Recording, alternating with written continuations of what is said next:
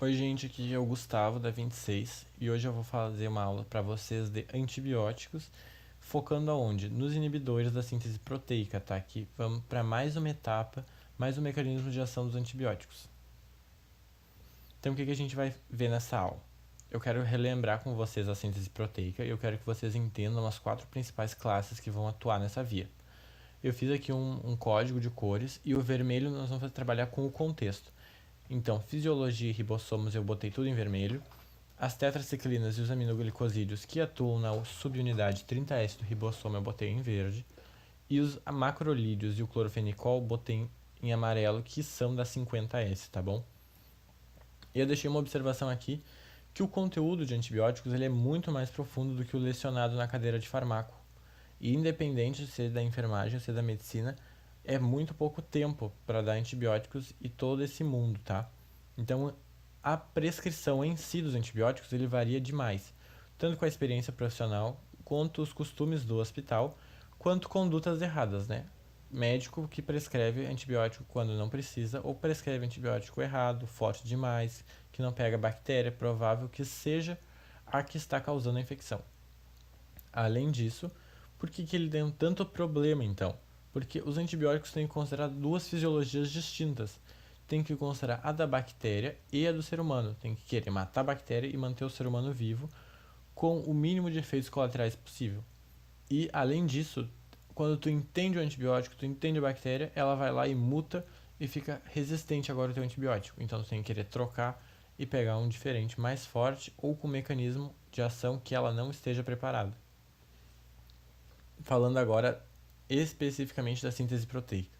Botei essa imagem do gaito aqui para relembrar que a transcrição ocorre quando? Quando o DNA vai ser transcrito em RNA mensageiro, que vai ser a receita do bolo. É ele que vai levar a receita da proteína de como fazer, quais aminoácidos vão em qual ordem para gerar a proteína fisiológica, a proteína adequada e não e funcionante, né? Que funcione porque a célula quer. Posteriormente, tendo esse RNA mensageiro aqui, ó, prontinho, ele já passou, saiu do núcleo, foi transcrito em RNA, gerou o RNA mensageiro, saiu do núcleo, está aqui no citoplasma, ele vai traduzir por quê?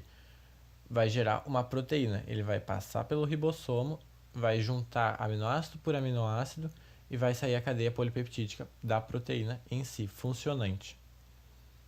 Vale lembrar como é que eu uso para saber se é transcrição ou se é tradução.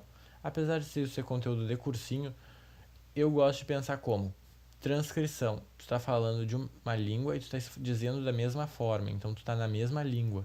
Então tu está usando bases nitrogenadas, vai continuar usando bases nitrogenadas. Já na tradução, tu está trocando de língua.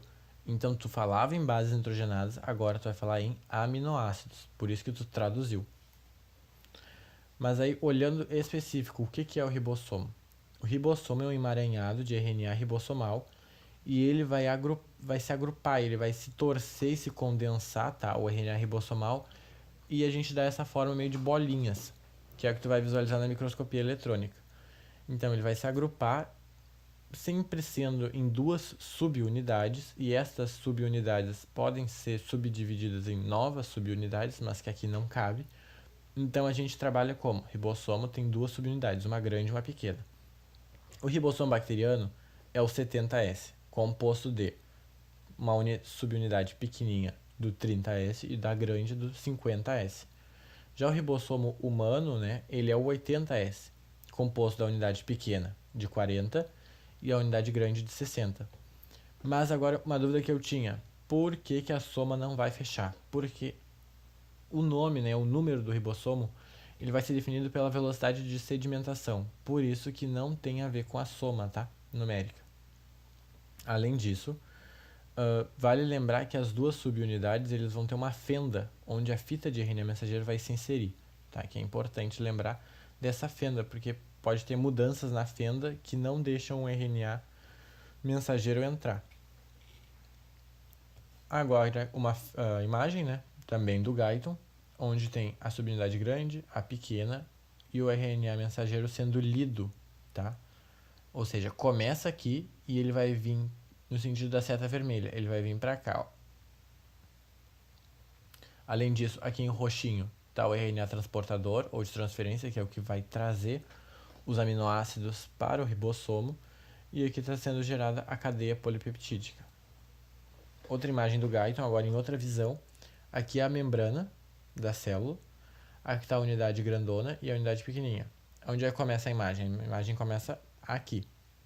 Então, tem o RNA, o ribossomo, vai entrar o RNA mensageiro, vai vir o transportador roxinho para o RNA mensageiro, carregando e somente um aminoácido, tá? Ele vai se ligar a um transportador que já estava aqui, segurando ou um aminoácido ou a cadeia. E ele vai adicionar esse aminoácido único à cadeia pré-existente. E assim por diante. Esse que soltou o aminoácido vai pegar a cadeia. E esse aqui, ó, que soltou, vai ser esse novo, que está segurando agora a cadeia. Então vai vir um novo, vai adicionar o aminoácido à cadeia. Aí ele pega a cadeia e libera o próximo. E assim vai vindo. Agora uma imagem aqui do Golan. Um pouco mudou a simbologia, mas é o mesmo processo, tá bom? Aqui tem a subunidade 30S, RNA mensageiro, RNA transportador e a bolinha é o aminoácido. Ele vai entrar aqui então na P com o complexo iniciador já formado, então o ribossomo já está unido às duas subunidades, pronto para começar a sintetizar a proteína. Então ele vai entrar na proteína P, aqui no sítio P do ribossomo, na verdade, trazendo o seu aminoácido bem feliz. Aí tá, ele vai esperar o quê? Vai chegar um novo transportador com um novo aminoácido. Então aqui, ó, quando juntou os dois, aí sim vai começar a cadeia. Pronto, já tem dois aminoácidos formando uma ligação peptídica. E o sítio P vagou. Por quê? Ele precisa estar livre para chegar um novo transportador, tá? E assim vai. Aqui estão as classes que atuam. O importante vocês saberem especificamente é qual subunidade. Então, tetraciclinas 30, aminoglicosídeos 30S, clorofenicol 50S e macrolídeos 50S. As outras classes são importantes vocês saberem que existe, mas eles têm muito menos representantes, tá? E o uso também. Aqui é uma imagem só para vocês verem ela inteira. E os exemplos, então, dos principais fármacos dessa classe. Lembrando, verdinho, aqui 30S, amarelo 50. Vamos começar então pela primeira classe. As tetraciclinas, elas são bacteriostáticas, ou seja, não vão matar a bactéria, vão impedir que ela continue crescendo, né, e se desenvolvendo. Então vai vir o sistema imune e fagocitar ela e destruir. Então quem mata é o sistema imune, por isso que ela é bacteriostática. Os principais representantes: a própria tetraciclina, que nomeia a classe, a doxiciclina e a tigiciclina.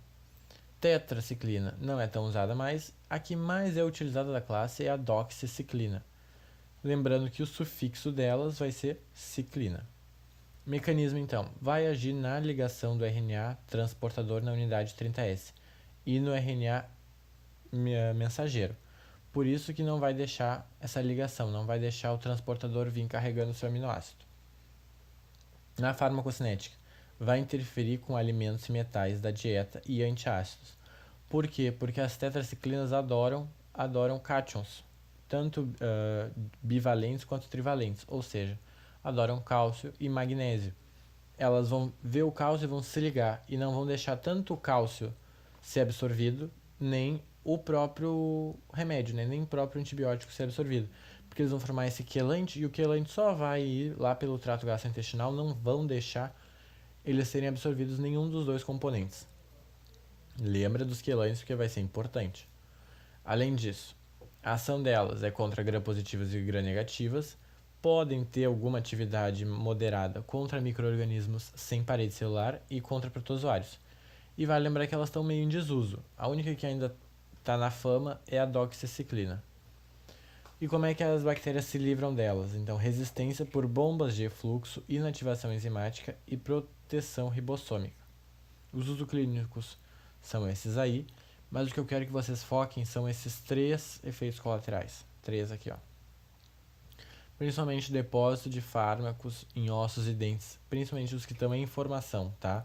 Os ossos que já estão consolidados no adulto não costuma ter. E os dentes também não. Mas crianças de 6 a 5 anos, de 6 meses a 5 anos, que ainda estão no processo de osteogênese a todo vapor, a tetraciclina vai impregnar nos ossos por causa do cálcio e vai deixar manchas escuras. Aí os dentes vão ficar com manchas escuras, só que os ossos vão ficar frágeis também, por causa que vão impedir a ligação adequada do cálcio na matriz. Vai ter fototoxicidade e a mesma coisa que acontece em crianças que estão crescendo podem acontecer em crianças no feto, tá? Por causa que a tetraciclina passa pela placenta e vai se ligar ao cálcio dos ossos que estão sendo recém-formados pelo feto. Aqui uma imagem, tá? Da tetraciclina impedindo o RNA transportador de chegar no ribossomo, tá? Não vai deixar ligar. Então, essa cadeia peptídica que estava nascendo, ela vai ser interrompida, porque não vai ter uma ligação nova. Agora, passando para os aminoglicosídeos, tá? Eles são bactericidas, ou seja, eles mesmos matam as bactérias. Varia muito a concentração deles. Para cada bactéria, assim, cada concentração bactericida mínima. Os principais representantes, ou seja, os 4 que vocês têm que saber, são a streptomicina, a gentamicina, ou genta, para quem está acostumado.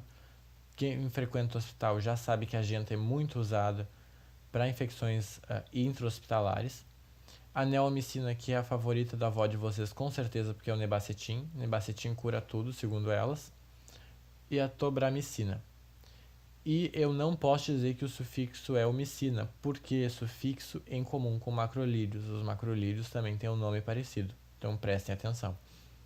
Mecanismo: agem na subunidade 30S e eles vão distorcer a conformação do ribossomo, impedindo o acoplamento adequado do RNA mensageiro, levando à adição errada de aminoácidos e à translocação do ribossomo na fita. Então, o ribossomo não vai estar no lugar adequado que ele vai precisar adicionar uma nova aminoácido. Por isso que vai dar esse erro. A ação vai ser contra gram-negativos e aeróbicos. Eles não podem ser usados sozinhos, tá? Contra gram-positivas. Não vai ter efeito. Então, ela tem que ser associada com beta-lactâmicos e com a vancomicina. Vanco, que é um glicopeptídeo. Sinergismo, tá bom? E a resistência, como é que elas são resistentes? A inativação enzimática, redução da permeabilidade e mutações. Os efeitos colaterais dos aminoglicosídeos são muito importantes que vocês saibam. Principal, ototoxicidade. E também nefrotoxicidade, porque eles são muito mal distribuídos pelos fluidos corporais, porém, eles se acumulam muito na peri e na endolinfa do ouvido, causando problemas na cóclea e no vestíbulo, e nos rins, então causam nefrotoxicidade, tá? Outro problema é o bloqueio neuromuscular reversível. Ele é reversível com o cálcio, tudo bem? Quando muitos cirurgiões podem instilar, ou seja, aplicar grandes quantidades de aminoglicosídeos em cavidades durante as cirurgias, tanto de tórax quanto de abdômen, para limpeza e profilaxia de infecções, tá? Mas não é muito usado pela essa questão de um possível bloqueio neuromuscular. Aqui está o mecanismo, então, dos aminoglicosídeos. Lembrando que ele é bactericida e tem esses 3 mecanismos. Então, vai estar vindo o peptídeo sendo formado, né? Sempre lembrando que o DNA é lido de 5 para 3.